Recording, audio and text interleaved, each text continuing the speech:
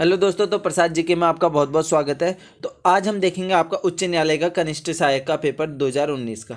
देखो, जितने भी आप प्रीवियस ईयर के पेपर लगाते हो ना, आपको बहुत ज़्यादा सहायता मिलती है प्रीवियस ईयर पेपरों से। ठीक है, चलो तो डिटेल में देखेंगे हम।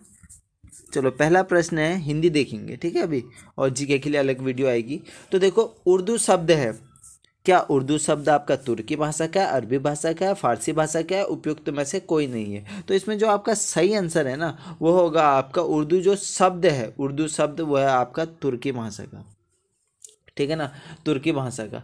अब देखो, तुर्की भाषा से आप क्या रिलेट कर सकते हो भैया? तुर्की भाषा किसके साथ आई होगी? सीधी सी बात है, वो तुर्कों के साथ भारत आई होगी ये तुर्की भाषा।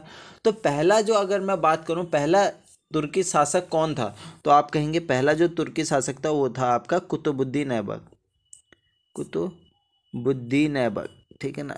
ऐसे ही आप रिलेट करके पढ़ेंगे तो आपको बहुत चीज़ें याद रहेंगी, ठीक है ना। कुतुबुद्दीन ऐबक। अब आप कहेंगे सर कुतुबुद्दीन ऐबक, मैंने कहा हाँ, कब से कब तक था इसका?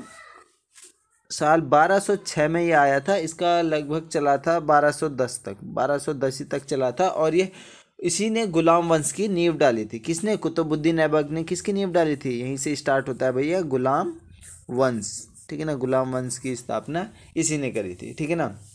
अब देखो, अब यहाँ पे उर्दू आया है, तो उर्दू से और क्या आप याद कर सकते हो? उर्दू भाषा है एक, ठीक है ना। लिपि अलग होती है आपकी, ठीक है ना। जैसे हिंदी, हिंदी एक भाषा है, ठीक है ना। हिंदी एक भाषा है। अगर मैं बात करूँ इसकी लिपि की, तो आप क्या कहोगे? हिंदी की जो लिपि है वो है आपकी देवनागरी, देवनागरी लिपि है ठीक है ना। वैसे उर्दू भाषा में कौन सी लिपि यूज़ होती है? वो अरबी या फारसी लिपि यूज़ होती है उर्दू में, ठीक है ना। और पंजाबी भाषा में आपकी होती है गुरुमुखी लिपि यूज़ होती है, ठीक है। अब देखो, मैं आपको एक और चीज़ बता दूं, जैसे यहाँ पे अरबी भाषा लिखा है, ठीक है। लो, कलर चेंज कर देता हूँ। अरबी भाषा लिखा है। अरबी भाषा से आपको बहुत सारे शब्द पूछे जाते हैं एग्जाम में अरबी भाषा से। तो देखो, अरबी भाषा से जैसे हजार हो गया, आप कहते नहीं 1000 रुपये, हजार हो गया। गरीब हो गया, गरीब शब्द भी आपका अरबी भाषा का ही है। रईस, रईस हो गया। अमीर हो गया। मतलब शब्द भी आपका अरबी भाषा का ही है। कर्ज, आदमी, आदमी भी याद रखना, आदमी, कर्ज हो गया, ये सभी क्या है? आपके अरबी भाषा के शब्द हैं। ये शब्द आपके बार बार पूछे जाते हैं, ठीक है। चलो, इतना आपको जानकारी मिलती है एक प्रश्न से। अब बढ़ते हैं आगे अगले प्रश्न की ओर। देखो, दूसरा प्रश्न देखेंगे हम। निम्नलिखित विकल्पों में से ध्वन्यार्थक शब्द हैं, ठीक है। तो देखो, ऑप्शन दिया आपका तात्पर्य, छमछम, अदृश्य या अश्व। तो इसमें जो आपका सही आंसर होगा ना, वो होगा आपका ऑप्शन बी, छमछम। अब आप कहोगे सर छमछम ही क्यों होगा? अगर क्यों आपके माइंड में नहीं आ रहा है तो समझ लेना आप बिल्कुल रट रहे हो। देखो क्यों, देखो, धन्यार्थक शब्द का मतलब आपको पता होगा, तभी आपको क्यों का शब्द इसमें प्राप्त होगा। अब देखो, ये शब्द धम न्यार्थक का मतलब होता क्या है? इसमें से कुछ आपको महसूस हो रहा है? जैसे ऐसे शब्द जिनका अर्थ ध्वनि पर आधारित हो, ध्वनि पर आधारित हो। ध्वनि पर आधारित हो कहने का मतलब क्या होता है? चलो, इसको बांट सकते हो आप। एक शब्द कर लो पक्षियों की बोली, पहले कर लो पशुओं की बोली। यहाँ पे कर लिया आपने पशुओं की बोली, ठीक है ना। पशुओं की बोली, देखो मेरी लेख बहुत ख़राब है तो मैनेज करना। पशुओं की बोली, और यहाँ पे एक कर लो आप पक्षियों की बोली, ठीक है ना। पक्षियों की बोली। फिर आता है एक जो आपके जड़ पदार्थ होते हैं उनकी बोली, ठीक है ना। अब जैसे पशुओं की बोली क्या होती है? दहाड़ना, ठीक है ना। क्या क्या होती है? दहाड़ना। भैया दहाड़ता कौन है? दहाड़ना, दहाड़ना तो शेर दहाड़ता है भैया, ठीक ना। और पशु हिनहिनाना, हिनहिनाना तो हिनहिनाता कौन है? घोड़ा हिनहिनाता है। और कुत्ता मतलब भौंकता, कुत्ता भौंकता है, ठीक है। तो पशुओं की बोली में भौंकना भी क्या है आपका? ये भी एक आपका ध्वन्यार्थक शब्द है। फिर पक्षियों की बोली चहचाना, पक्षियों की बोली में आ गया चहचाना, चहचाना आ गया। चिड़िया चहचाती है भैया, काँव काँव कौवा करता है, ठीक है ना। ये सभी आपको याद रखने हैं। फिर एक आता है कड़कड़ाना, इसको अलग से लिख लो आप, कड़कड़ाना, कड़ कड़ाना नहीं, कड़कना, कड़कड़ाना कह रहा हूँ, कड़कना, कड़कना, ठीक है ना। बिजली कड़कती है ना, बिजली कड़कती है, ठीक है ना। और छुक छुक करती है रेलगाड़ी, छुक छुक करती है रेलगाड़ी, खटखटाना तो ये दरवाजा हो गया। ये सब क्या है आपके ध्वन्यार्थक शब्द है, मतलब जिनका अर्थ ध्वनि पर आधारित होता है। देखो ध्वनि पर ही आधारित है ना। अब मैंने कह दिया घोड़ा हिनहिनाना, मैंने कह दिया हिनहिनाना, तो आप समझ जाएंगे भैया हाँ घोड़ा हिनहिना रहा है, ठीक है। तो मतलब क्या है, ये आपके धन जो है ध्वन्यार्थक शब्द हैं, ठीक है। चलो बार बार धन निकल जा रहा है मुझसे, ठीक है, पैसे की कितनी कमी है। चलो अब देखो, चलो इसको मैं आपको एक बार डिटेल में बता ही देता हूँ स्टार्टिंग से, आप कंफ्यूज मत होना। देखो होता क्या है, ये शब्द निकल के कैसे आया आपका, लो कलर चेंज कर देता हूँ, यही कर लेता हूँ, ठीक है। जो ध्वन्यार्थक शब्द होता है ये निकल के कैसे आया, तो आप सभी को पता है शब्द के भेद। अगर मैं बात करूँ शब्द के भेद की, तो यहाँ पे देख लो शब्द के भेद। देखो मैं थोड़ा सा डिटेल में पढ़ाने की कोशिश करता हूँ तो मुझे थोड़ा सा टाइम ज़्यादा लग जाता है, क्योंकि मैं एक अलग से वीडियो नहीं ला रहा हूँ अभी, क्योंकि देखो मेरे साथ बच्चे ज़्यादा जुड़े नहीं हैं। तो मैं सोच रहा हूँ क्यों ना प्रीवियस ईयर पेपर में ही मैं पूरा आपका कवर कराते चलूँ। अलग से वीडियो तब लेके आऊँगा जब मेरे साथ बच्चे थोड़े से जुड़ जाएंगे, ठीक है। चलो शब्द के भेद, आप सभी को पता है शब्द के भेद कितने होते हैं भैया। अगर मैं बात करूं तो आप कहोगे सर शब्द के भेद आप 4 प्रकार से बांट सकते हो। किस कौन कौन से 4? एक आपका उत्पत्ति के आधार पे, उत्पत्ति, ठीक है ना, एक आपका उत्पत्ति के आधार पे, ठीक है। और दूसरा, फिर आप कहोगे सर दूसरा आप एक रचना के आधार पे बांट सकते हो। मैंने कहा चलो ठीक है बच्चों। और फिर आप कहोगे सर एक और भी बचा, आप प्रयोग के आधार पे भी तो बांट ही सकते हो। मैंने कहा हाँ बांट सकते हैं, क्यों नहीं बांट सकते हैं प्रयोग के आधार पे। फिर आपने कहा सर एक और अर्थ के आधार पे, सर आप भूल गए अर्थ के आधार पे। मैंने कहा चलो ठीक है, हमने अर्थ भी लिख दिया अर्थ के आधार पे। अब देखो आपने उत्पत्ति के आधार पे देख लिए, पूरा लिखने की मुझे आवश्यकता नहीं है ना, ऐसे समझ जाना, ठीक है। अब देखो एक कलर ले लेता हूँ मैं, ये वाला, ठीक है। अब देखो उत्पत्ति के आधार पे कौन कौन से आपके शब्द आते हैं। तो उत्पत्ति के आधार पे यहाँ पे देखो तत्सम, ठीक है ना, तत्सम, तत्सम, तद्भव, तत्सम शब्द हो गया, ठीक है। तद्भव, तद्भव, देखो पूरे का मतलब ये आप सभी को पता होगा, वरना जो भी अभी तत्सम तद्भव आएगा उनको डिटेल में आगे जाके हम डिस्कस कर लेंगे, देशज विदेशज, ठीक है। तद्भव, तत्सम, देशज, विदेशज, देशज और विदेशज, यहाँ पे लिख दे रहा हूँ विदेशज, विदेशज, और शंकर शब्द, शंकर शब्द, ठीक है ना। ये सभी क्या आपके उत्पत्ति के आधार पे है। और अगर मैं बात करूँ आपके रचना के आधार पे, तो देखो रचना के आधार पे आपको कौन कौन से शब्द मिलते हैं। रूढ़ शब्द, रूढ़ शब्द, ठीक है ना, रूढ़ शब्द हो गया, यौगिक शब्द हो गया, यौगिक, यौगिक, यौगिक, योग रूढ़ शब्द हो गया, योग रूढ़, योग रूढ़, ठीक है ना, योग रूढ़ शब्द हो गया। अब देखो प्रयोग के आधार पे, प्रयोग के आधार पे देखो सभी को आपको थोड़ा थोड़ा सा देख लो। एक होता है आपका विकारी शब्द, विकारी, ठीक है ना, अविकारी शब्द, अविकारी शब्द, अविकारी शब्द, ठीक है। और अर्थ के आधार पे भी देख लो भैया, सबसे ज़्यादा हैं वैसे अर्थ के आधार पे। अगर मैं बात करूँ तो अर्थ के आधार पे कौन सा कलर लें, ये लो। चलो अर्थ के आधार पे अगर देखें तो देखो अर्थ के आधार पे आपका होता है एकार्थी शब्द, एकार्थी शब्द, ठीक है ना, एकार्थी शब्द हो गया। और अनेकार्थी शब्द, शब्द नहीं लिखता हूँ जगह बचेगी, एकार्थी, अनेकार्थी, अनेकार्थी शब्द, अनेकार्थी शब्द हो गया, ठीक है। पर्यायवाची शब्द, पर्यायवाची, पर्यायवाची, ठीक है ना, पर्यायवाची। देखो इसमें लेख थोड़ी जगह कम है, ठीक है, इस कलर के साथ लिख देता हूँ मैं, समझ जाना, ठीक है ना, कि ये अर्थ के आधार पे बात हो रही है। पर्यायवाची शब्द हो गया। और आपका विलोम शब्द, विलोम शब्द भी इसी में आता है, ठीक है ना। और समूहवाची शब्द होता है। और आपका जो जिसकी अभी बात चल रही थी इम्पोर्टेंट, कौन सा शब्द, ध्वन्यार्थक, ठीक है ना, धव आधा नौ यार्थक, ठीक है ना, ध्वन्यार्थक शब्द भी इसी में ही आता है अर्थ के आधार पे। वाले पे, ठीक है ना। आपका युग्म शब्द हो गया, ठीक है ना, जो सम उच्चारित शब्द होते हैं ये सभी अर्थ के आधार पे आते हैं, ठीक है। आपको समझ आ गया एक थोड़ा सा, चलो अब बढ़ते हैं आगे की ओर। निम्नलिखित में स्त्रीलिंग शब्द है, तो देखो आप स्त्रीलिंग और पुल्लिंग शब्द कैसे खोज सकते हो। सीधी सी बात है, आप जब किसी से बोलोगे, कोई लड़का है, अब आप उस लड़के से बोलोगे ओए तू कहाँ जा रहा है, ठीक है ना, कहाँ जा रहा है बोलोगे ना। अब उस लड़के से तुम ऐसा तो नहीं बोल सकते हो ना, ओए कहाँ जा रही है, ऐसा बोल सकते हो क्या भैया, वो तो एक मेल है ना। आप ऐसा तो फीमेल से बोल सकते हो ना। चलो ऐसे नहीं समझोगे आप, पहले इसका उत्तर दे देता हूँ फिर समझाता हूँ आपको, ठीक है। जैसे जैसे देखो, मैं इसमें जो आपका स्त्रीलिंग शब्द है, तो स्त्रीलिंग शब्द है आपका गवेषणा। अगर आपको गवेषणा का मतलब मालूम है तो आप तुरंत कर लोगे, क्योंकि गवेषणा का जो मतलब होता है वो खोज होता है। क्या होता है? खोज। आपने पुराने जो अगर कभी न्यूज़पेपर पढ़ा है पुराने वाले शुद्ध हिंदी में, तो वो कहते हैं अच्छा मोहनजोदड़ो की गवेषणा, यहाँ ये खोज हुई, मतलब एक ऐसे शब्द आ जाते हैं, ठीक है ना। तो गवेषणा का मतलब होता है आपका खोज, ठीक है ना।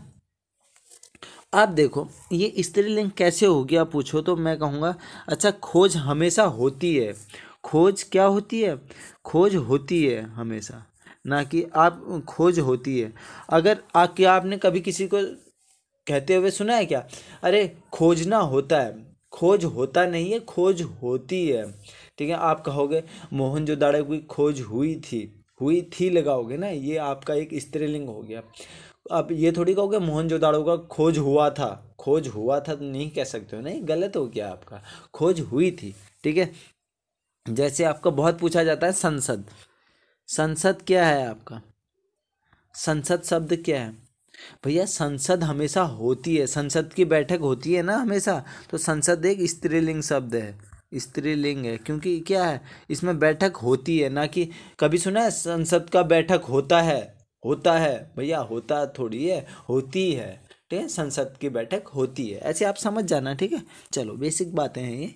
चलो अब देखो, वह इतना कमजोर है कि चल भी नहीं सकता, ठीक है। मैं कि चल भी नहीं सकता है, क्या है ये आपको बताना है। ये विशेषण उपवाक्य है, संज्ञा उपवाक्य है, क्रिया विशेषण उपवाक्य है या सरल वाक्य है?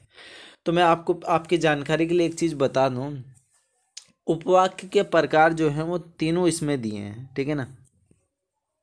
पहला होता है आपका संज्ञा उपवाक्य, ठीक है ना, दूसरा होता है आपका विशेषण उपवाक्य और तीसरा होता है आपका क्रिया विशेषण उपवाक्य। ये तीनों आपके हो गए उपवाक्य के भैया, जो है आपके पार्ट हो गए, ठीक है। चलो इसमें जो आपका सही आंसर है ना वो है आपका क्रिया विशेषण उपवाक्य। क्या है? क्रिया विशेषण उपवाक्य, इसमें आपका बिल्कुल ही सही आंसर हो जाएगा। अब ये ही क्यों होगा, आपको ये पूछना चाहिए मुझसे, यही क्यों होगा। तो देखो इसको आप अगर परिभाषित करोगे तो जो उपवाक्य किसी क्रिया की ना विशेषता बताता है, समझ रहे हो ना, किसी क्रिया की विशेषता बताता है भैया, उसे ही क्या कहते हो आप? क्रिया विशेषण उपवाक्य कहते हो। जैसे मैंने लिख दिया कि मुझे, जैसे जब पानी बरसता है तब मेढक बोलते हैं, समझिए क्या लिख दिया मैंने यहाँ पे, जब पानी बरसता है तब मेढक बोलते हैं, ठीक है ना, बोलते हैं। अब देखो, अब इसमें एक बात ध्यान रखना, आप क्या बता रहा है ये भैया? उपवाक्य जैसे एक ये विशेषता बताता है, जब उपवाक्य किसी क्रिया की विशेषता बताता है उसे ही क्या कह देते हैं? क्रिया विशेषण उपवाक्य कह देते हैं, ठीक है ना। तो ये क्या है आपका? एक ये क्रिया विशेषण उपवाक्य है। देखो जब मैं आपको इसका एक सिंपल सा फंडा बता दे रहा हूँ तो याद कर लो, ठीक है ना, कोई ज़्यादा दिमाग लगाने की ज़रूरत नहीं। जिसकी शुरुआत में आ जाए, जिसकी शुरुआत में आपको लगे, ठीक है ना, शुरुआत में जब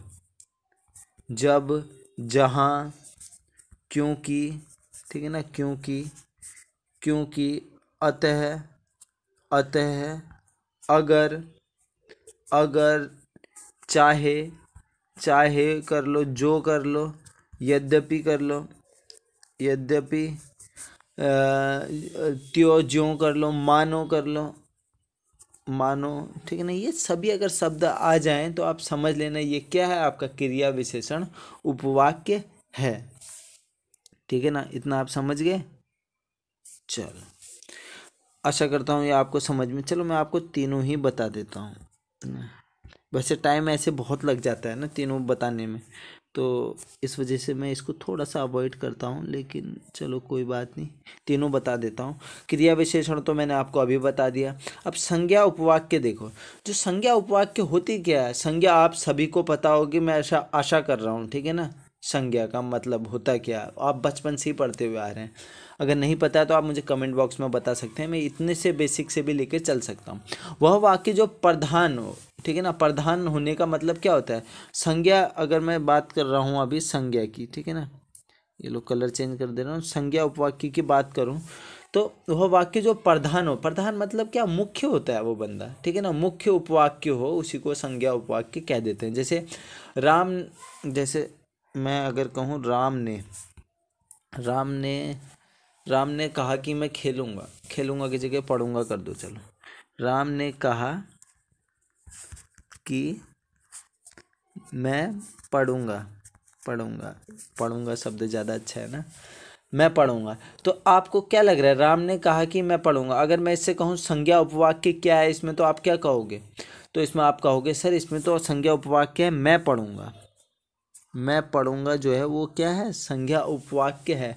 अब कैसे है संज्ञा उपवाक्य, क्योंकि भैया ये मुख्य है। अगर मैं इसको हटा दूं तो क्या हो जाएगा शब्द, राम ने कहा कि, भैया क्या कहा, पूरा मुख्य आधारित तो इसमें ही है ना। राम ने कहा कि मैं पढ़ूंगा मैं, ठीक है, एकदम हक से, ठीक है, मैं पढ़ूंगा कहा उसने। तो क्या है, ये एक मुख्य है, ठीक है ना। मुख्य, इस वाक्य में जो प्रधानिया मुख्य होगा, जो संज्ञा के रूप में सहायता होगी, उसी को क्या कहेंगे आप, संज्ञा उपवाक्य कहेंगे, ठीक है ना। चलो इतना आप समझ गए होगे। चलो अब बढ़ते हैं आगे की ओर, विशेषण उपवाक्य में। विशेषण उपवाक्य की मैं बात करूं तो सीधी सी इसका एक समझना, मैं क्या कहना चाह रहा हूँ।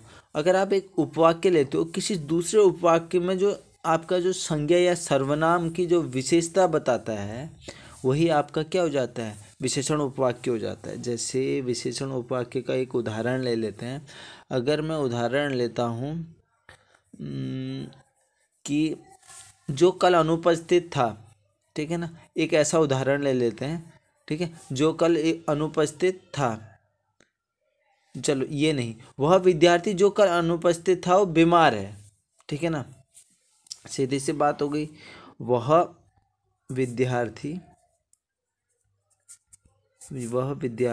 जो कल, रुको यार मैं इसको कलर चेंज कर देता हूँ, मुझे ही अपनी लेख बेकार लग रही है, तुम तो फिर कहोगे सर ना। वैसे कमेंट में आज तक किसी ने कहा नहीं है सर लेख आपके बहुत ही बेकार है ना। मैं उस पर्सन का वेट कर रहा हूँ जो ऐसा कहेगा सर आपके लेख बहुत बेकार है, ठीक है। अब देखो, जो उपवाक्य किसी दूसरे उपवाक्य के आए जो संज्ञा या सर्वनाम की विशेषता बताता है, ठीक है ना। चलो ये तो हो गया, इसको परिभाषित कर दिया आपने। अब एक आप उदाहरण की मैं बात करूँ तो आप करो वह विद्यार्थी, ये उदाहरण मैंने बहुत पहले पढ़े थे ना। वह विद्यार्थी जो कल अनुपस्थित था, बीमार है, ठीक है ना। वह बीमार है, ठीक है ना। हम यहाँ पे कॉमा लगा दिया बीमार से पहले, ठीक है ना। अब देखो, अगर मैं आपके बात करूँ इसमें आपका जो विशेषण उपवाक्य है तो वह क्या होगा, विशेषण उपवाक्य। तो इसमें जो विशेषण उपवाक्य है तो वह होगा जो कल अनुपस्थित था। तो भैया ये क्या बता रहा है, आपकी जो संज्ञा या सर्वनाम की विशेषता बता रहा है। विद्यार्थी कौन था, विद्यार्थी जो कल अनुपस्थित था, भैया ये विशेषता ही तो बता रहा है उसकी, भैया वो अनुपस्थित था कल, ठीक है ना। अनुपस्थित था तो वह विद्यार्थी, ठीक है ना। भैया उसने कल मार खाई थी, वो मार वाला जो इतना एरिया हो जाएगा वो आपका विशेषण, उसकी विशेषता बता रहा है, भैया उसने मार खाई थी। तो इसको ऐसे समझो, ठीक है ना। ये हो गया आपका विशेषता उपवाक्य।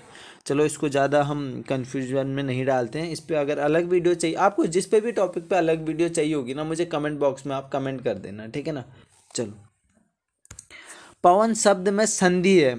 अब देखो पवन शब्द में संधि है, अगर आप पवन को तोड़ोगे तो क्या निकलेगा, पौ धन अन, पौ धन अन, यही तो होता है, पौ धन अन, यही होता है आपका पवन। अब ये और कब बनता है, ठीक है ना, अभी और कब बनता है ये बाद में बता दूंगा, पहले इसका आंसर देख लो। इसका जो आंसर होगा वो अयादि संधि होगा। अयादि संधि कैसे होगा, देखो भैया सीधा सा फंडा है, मैं आपको बहुत बार बता चुका हूँ। पिछले मैंने अभी लगभग मैंने बहुत प्रीवियस ईयर पेपर करा दिए हैं, कर लगभग 10 तो करा ही दिए होंगे। उन 10 में मैंने आपको संधि को डिटेल में बताया है कि भैया संधि आपकी कितने प्रकार की होती है, मुख्यतः 3 प्रकार की होती है, ठीक है ना।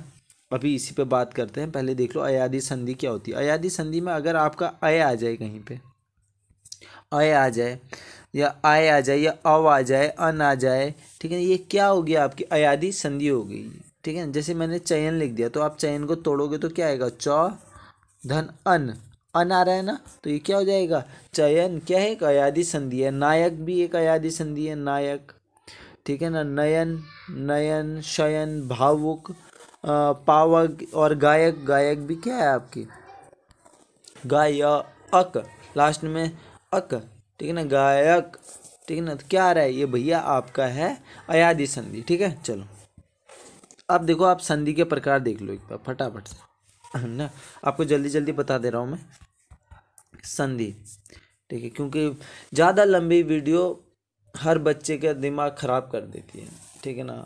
ऐसा मैंने नोटिस किया है इतने, क्योंकि पिछली बार मैं 2-3 घंटे की वीडियो बनाऊं फिर उसके बाद से उसमें व्यूज़ नहीं आते हैं, तो फिर मेरा भी थोड़ा सा मोरल एकदम से डाउन हो जाता है कि यार इतना टाइम दे के मैंने वीडियो बनाई, ठीक है, टाइम लगता है वीडियो बनाने में भी। चलो ज़्यादा अपना दुखड़ा नहीं सुनाता हूँ। चलो अब देखो, संधि जो होती है वो आपकी मुख्यतः 3 प्रकार की होती है, स्वर संधि, व्यंजन संधि, ठीक है ना, और विसर्ग संधि, ठीक है ना, विसर्ग संधि।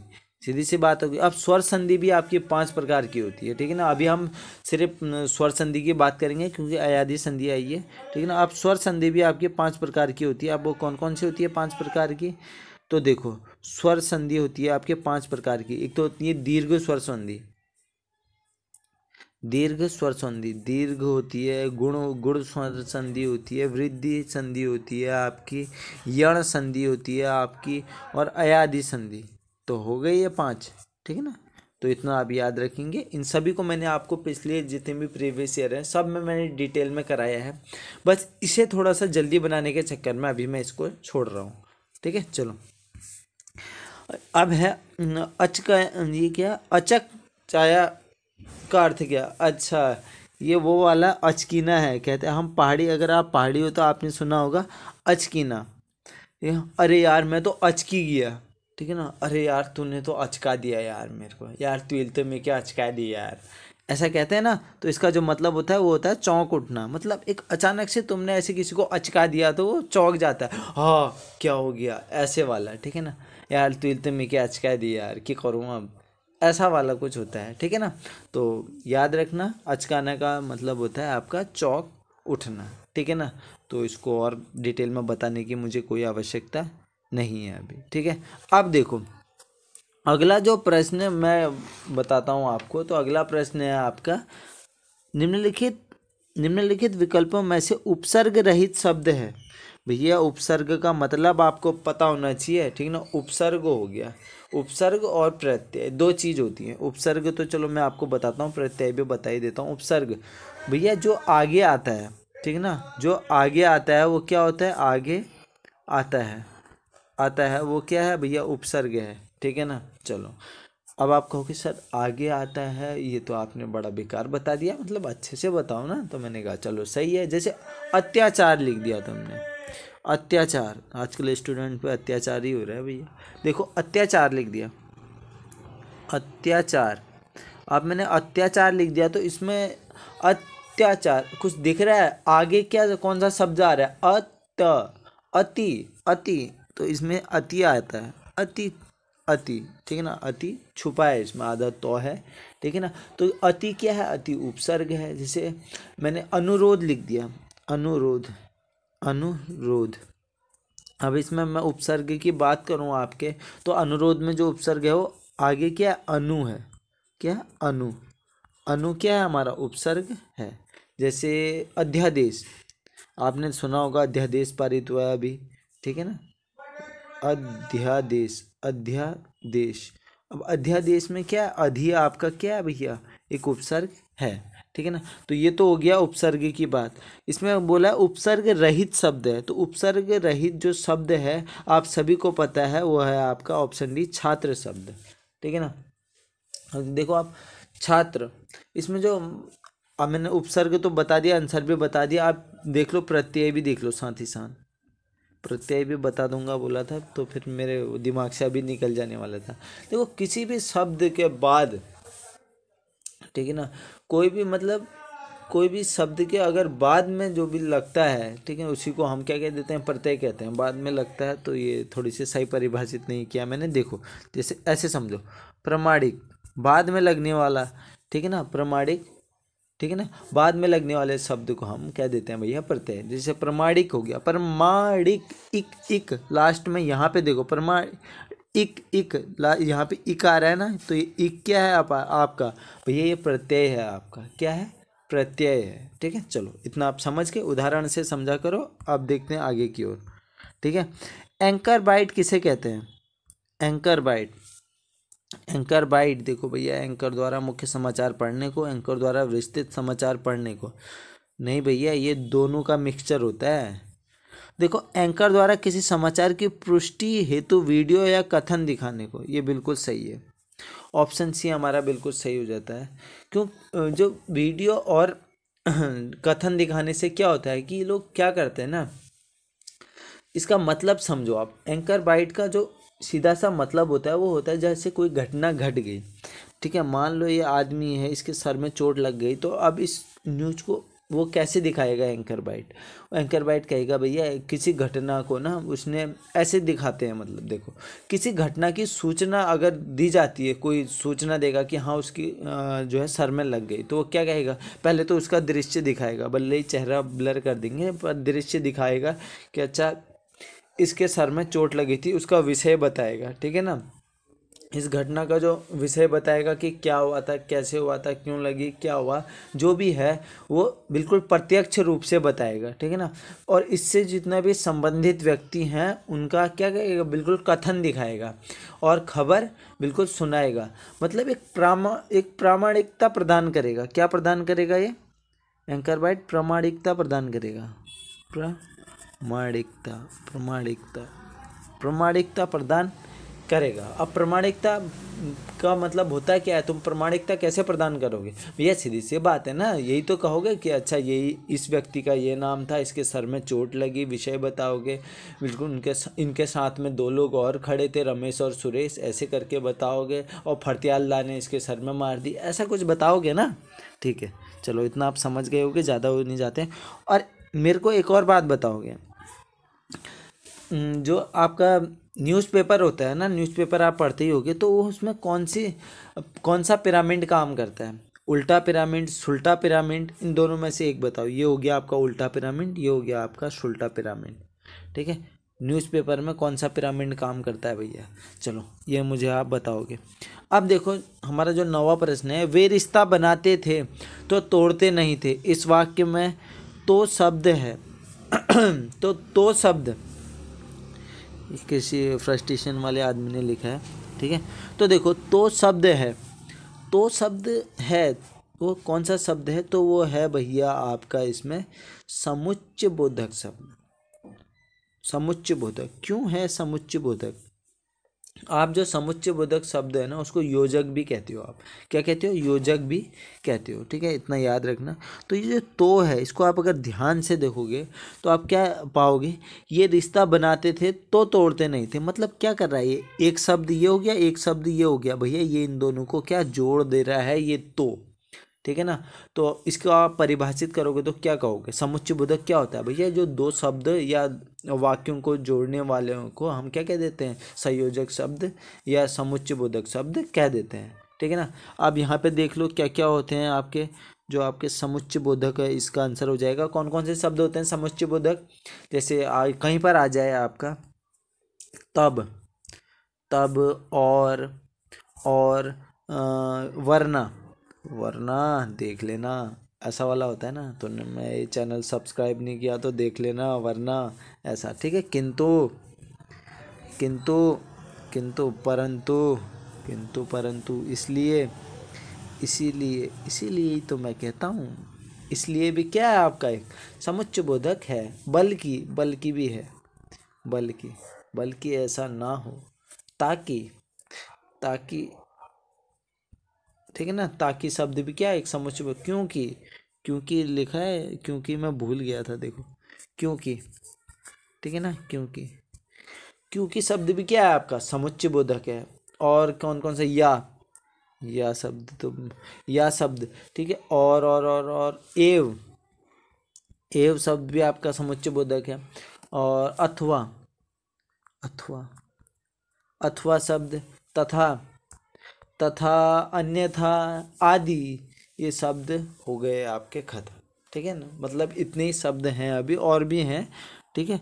तो अभी मेरे को इतने ही याद आ रहे हैं। चलो अब देखो, जैसे अब एक और उदाहरण दे दूं क्या, राम वाला उदाहरण दे देता हूँ। राम ने खाना खाया और सो गया, राम ने खाना खाया और सो गया, सो गया। सो ये जो और है ये क्या कर रहा है भैया, जोड़ दे रहा है ना। राम ने खाना खाया ये अलग बात है, और राम सो गया ये अलग बात है। दोनों को कौन जोड़ रहा है भैया, और जोड़ दे रहा है। चलो इससे आप समझ गए होंगे। अब बढ़ते हैं आगे की ओर।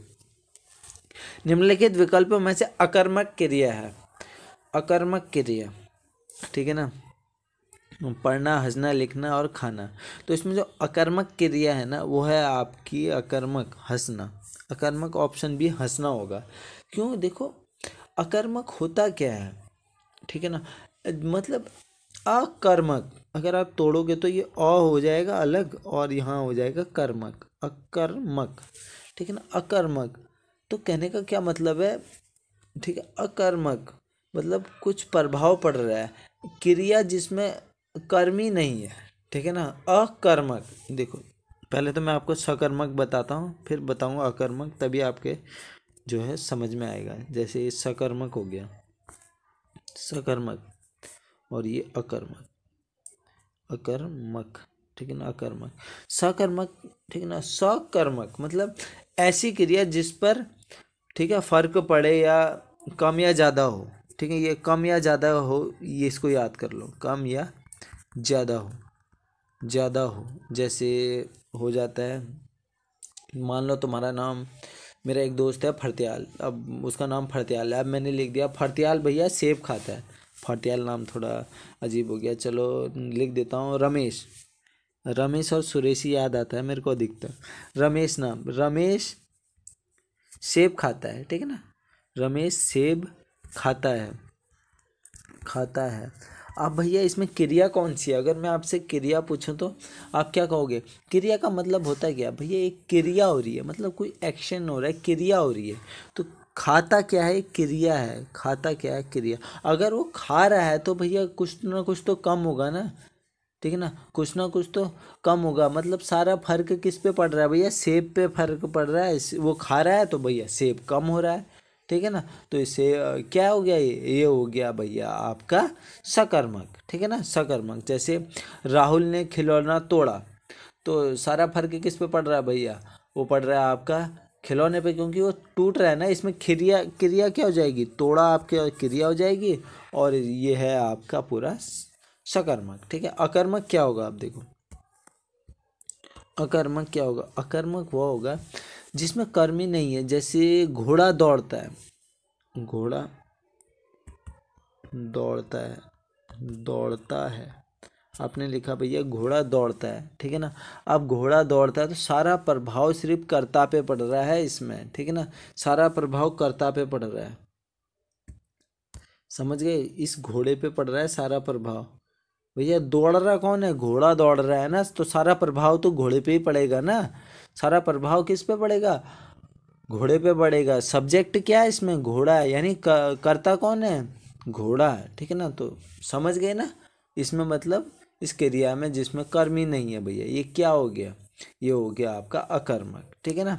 चलो इतना आप समझ गए होंगे। जैसे हम रात भर सोते हैं, हम रात भर सोते हैं तो हम रात भर सोते हैं अगर मैं कहूँ तो आप क्या कहोगे, सारा प्रभाव किस पे पड़ रहा है भैया, हम पे पड़ रहा है। कौन सोते हैं रात भर, हम सोते हैं, तो सारा प्रभाव हम पर पड़ रहा है, तो क्या अकर्मक है, ठीक है ना। अब देखो, अब जैसे मैंने राहुल घूम रहा है, अब ये बताओ राहुल घूम रहा है ये अकर्मक है या सकर्मक है। चलो आपको मैं कुछ दे देता हूँ, आप मुझे वही बताना। राहुल घूम रहा है, राहुल घूम रहा है, घूम रहा है, देखो राहुल घूम रहा है एक अकर्मक है, ठीक है ना। अभी मैंने आपको बता दिया जिस पे भैया प्रभाव पड़ रहा है, ठीक है ना। चलो जैसे राधा मूर्ति बनाती है, राधा मूर्ति बनाती है भैया, राधा मूर्ति बना रही है, ठीक है ना। कुछ ज़्यादा हो रहा है या कुछ कम हो रहा है तो वो क्या होगा भैया, आपका सकर्मक होगा, ये सकर्मक है। इसको आपको मैं घर को दे दे रहा हूँ। चलो, वह बहुत तेज दौड़ता है, वह बहुत तेज दौड़ता है, ठीक है ना, दौड़ता दौड़ता है, ठीक है ना, वह बहुत तेज दौड़ता है। अब ये मुझे कमेंट बॉक्स में बताना अकर्मक है या सकर्मक है, ठीक है। चलो अब देखो, वृक का तद्भव है पहले तो आप तद्भव तत्सम समझे, ठीक है ना। तद्भव, तद्भव का जो मतलब होता है तद्भव, तद्भव एक होता है आपका तत्सम, तत्सम, ठीक है ना, तत्सम। तद्भव का मतलब होता है भैया अशुद्ध, अशुद्ध, ठीक है ना। और तत्सम का मतलब होता है शुद्ध। अब आप कहोगे सर आपने ये शुद्ध अशुद्ध तो बता दिया, क्या आप सोना नाप रहे हो क्या, सीधे सीधे बताओ ना अशुद्ध क्या होता है। तो देखो आप कपूर लिखते हो, कपूर लिखते हो ना, पर ये जो कपूर है इसको शुद्ध अगर आपको बोलना है, ये अभी अशुद्ध है, शुद्ध आपको बोलना है तो आप लिखोगे कपूर, ठीक है ना। कपूर ऊपर रौ की मात्रा, ये होता है आपका कपूर। जैसे आपको हस्त लिखना है, हस्त, ये तो शुद्ध हो गया। जैसे आपने हाथ लिखा, हाथ, अब आपने ये हाथ जो है ये अभी अशुद्ध है, अगर आपको इसको शुद्ध करना है तो आप क्या कहोगे, शुद्ध में लिखोगे तो हस्त, पहले हस्त से ही हाथ बना, ठीक है ना। तो अगर आपको तत्सम, तत्सम तो शुद्ध क्या होगा, जैसे तत्सम में अग्नि कर दो, तत्सम में अग्नि, ठीक है ना, अग्नि, ठीक है ना, अग्नि, वायु, वायु, सूर्य, पुत्र, ये सभी क्या है भैया, ये सभी आपके तत्सम है, क्योंकि ये शुद्ध है अग्नि। अगर इसको आप अशुद्ध करोगे तो ये आग हो जाएगा, ठीक है। चलो इसमें जो आपका सही आंसर है ना, वृक्क का जो मतलब होता है वो होता है आपका भेड़िया। क्या मतलब होता है वृक्क का, भेड़िया। तो सबसे सही आंसर है इसमें आपका भेड़िया। चलो अब बढ़ते हैं आगे की ओर। राजभाषा अधिनियम अस्तित्व में आया, तो देखो राजभाषा जो अधिनियम है ना वो अस्तित्व में आया था 1963 में, ठीक है ना। 1963 ईस्वी में आपका अधिनियम में आया था ये, और इसमें संशोधन भी किया गया था, संशोधन किया गया था ठीक इसके लगभग लगभग क्या फिक्स किया गया था 63-64, हाँ 1967 में इसमें जो था संशोधन हुआ था, ठीक है ना। बिल्कुल फिक्स है, याद कर लेना इसे, ठीक है। पूछा जाता है राजभाषा अधिनियम अस्तित्व में आया था 1963 में, लेकिन संशोधन कब हुआ था, तो 1967 में हुआ था इसमें संशोधन, ठीक है। अब देखो, अब बढ़ते हैं आगे की ओर। शब्द में प्रयुक्त वर्णों की सही क्रमिकता को कहते हैं भैया, ये तो बहुत बार पूछा गया है, ठीक है ना, बहुत ही ज़्यादा बार पूछा गया है। इसमें जो आपका सही आंसर है वो है वर्तनी, ठीक है ना। क्योंकि वर्तनी क्या है, शब्द के जितने शब्दों के वर्ण, उनके क्रम तथा उच्चारण की विधि को ही वर्तनी कहते हैं, ठीक है ना। तो ये इसको वो ज़्यादा बताने की आवश्यकता नहीं है, वर्तनी बिल्कुल सही आंसर है। हिंदी व्यंजनों में क वर्ग की सभी ध्वनियाँ हैं भैया, क वर्ग की जितनी भी ध्वनियाँ हैं ना वो कंठस्य है, ठीक है ना। ऑप्शन सी हमारा बिल्कुल सही हो जाएगा। चलो एक बार मैं आपको सारी ध्वनि बता देता हूँ, आपका क्या बता रिवीजन हो जाए सही सा। ठीक है, देखो आपने क वर्ग, क वर्ग, क वर्ग की जितनी भी ध्वनियाँ हैं वो क्या है आपकी कंठस्य हैं। देखो जैसे क में क्या आता है आपका क ख, बोलो तुम्हें लगेगा क ख ग घ ये क्या है सभी कंठस्य। ठीक है, कंठस्य है। ठीक है, अब ये क वर्ग की हो गई। इसके बाद हम देखते हैं जो आपके च वर्ग की, च वर्ग की, च वर्ग की जितनी भी ध्वनियाँ होती है ना वो होती हैं आपकी तालव्य। च, ठीक है ना, छ, ज, झ, ठीक है ना, यही होता है ना। तो ये हो गया आपका तालव्य, तालव्य। ठीक है ना, तालव्य व्यंजन। ठीक है ना, ये क्या है आपके, ये हैं आपके तालव्य व्यंजन। ठीक है ना। चलो और देख लेते हैं। प वर्ग देख लो, प वर्ग, प वर्ग होता है आपका प, फ, ब, भ, म। ठीक है ना, तो ये क्या होता है आपका ओष्ठ्य, ओष्ठ्य व्यंजन। ठीक है ना। अब प बोलो तो दोनों होठ मिल रहे हैं ना, प, फ बोलो तो दोनों होठ मिल रहे हैं ना, ब बोलो तो दोनों होठ मिल रहे हैं, भ बोलो म बोलो तो दोनों होठ मिल रहे हैं, ओष्ठ्य दोनों होठ मिल रहे हैं भैया आपस में। ठीक है, चलो प वर्ग हो गया। और कौन सा देखें अब, प के बाद एक और बचता है हमारा ट वर्ग।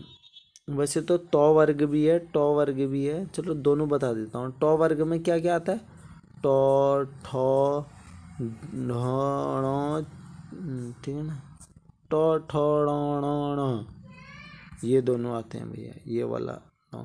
ठीक है ना, ऐसे करके बिल्कुल सही बन रहा है कि नहीं है, रुको सही से बनाता हूँ। ठीक है ना, वरना कमेंट करोगे साफ नहीं लिखते हो, ऐसे बनता है ये ण। ठीक है ना, ये आपका मूर्धन्य है। ठीक है ना, मूर्धन्य बोलो टो, ठो, ढोड़ो, देखो। ठीक है, अब तो वाला देखो, तो वर्ग, तो वर्ग देखो, तो वर्ग की बात करूँ तो मैं आता है तो, थो, दो, धो, नो, ये आपका दंत्य वाले हैं। ठीक है, दंत्य व्यंजन है, इतना आप याद कर लेना। एक ऊष्म व्यंजन भी होते हैं, ऊष्म व्यंजन मतलब जिन्हें बोलने में आपकी गर्म हवा निकलती है। ठीक है ना, क्या गर्म हवा, जैसे श हो गया, श बोलो तो गर्म हवा निकलेगी, श, श, श, हो, ये सभी क्या है ऊष्म व्यंजन है, इतना आप याद रख सकते हो। चलो अब देखो यहीं पे ख़त्म, यहीं पे ख़त्म हो गया ये तो। चलो ये देख लो 15वां है, वैसे तो यार 20 होते हैं शायद। ठीक है, देखो और हिंदी के हैं कोई प्रश्न, नहीं, और हिंदी के तो नहीं है। चलो इन दोनों को भी देख लेते हैं 15 और 16। देखो उत्तरकाशी के शक्ति त्रिशूल में 2 स्थानों पर कौन सी लिपि में लिखा गया है। जो ये शक्ति त्रिशूल है इसको आप सभी को पता है उत्तरकाशी में है। ठीक है ना, उत्तरकाशी का शक्ति स्तंभ अभिलेख कहा जाता है। ठीक है, आपने विश्वनाथ, भगवान विश्वनाथ मंदिर के बारे में तो सुना ही होगा, उसी के पास। ठीक है ना, भगवान जो विश्वनाथ मंदिर है उत्तरकाशी में उसी के पास एक आपका शक्ति मंदिर है, शक्ति मंदिर। ठीक है ना, शक्ति मंदिर है।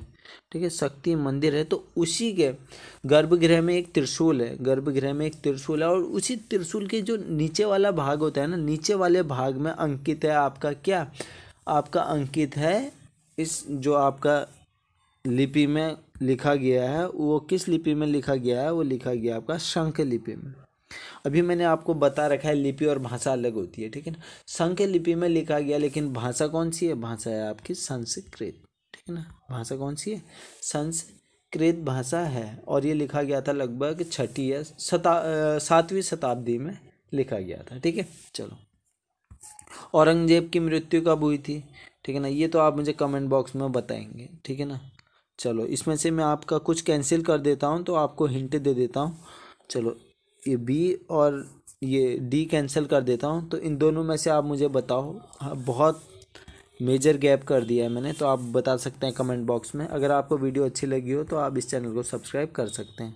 ठीक है, चलो धन्यवाद।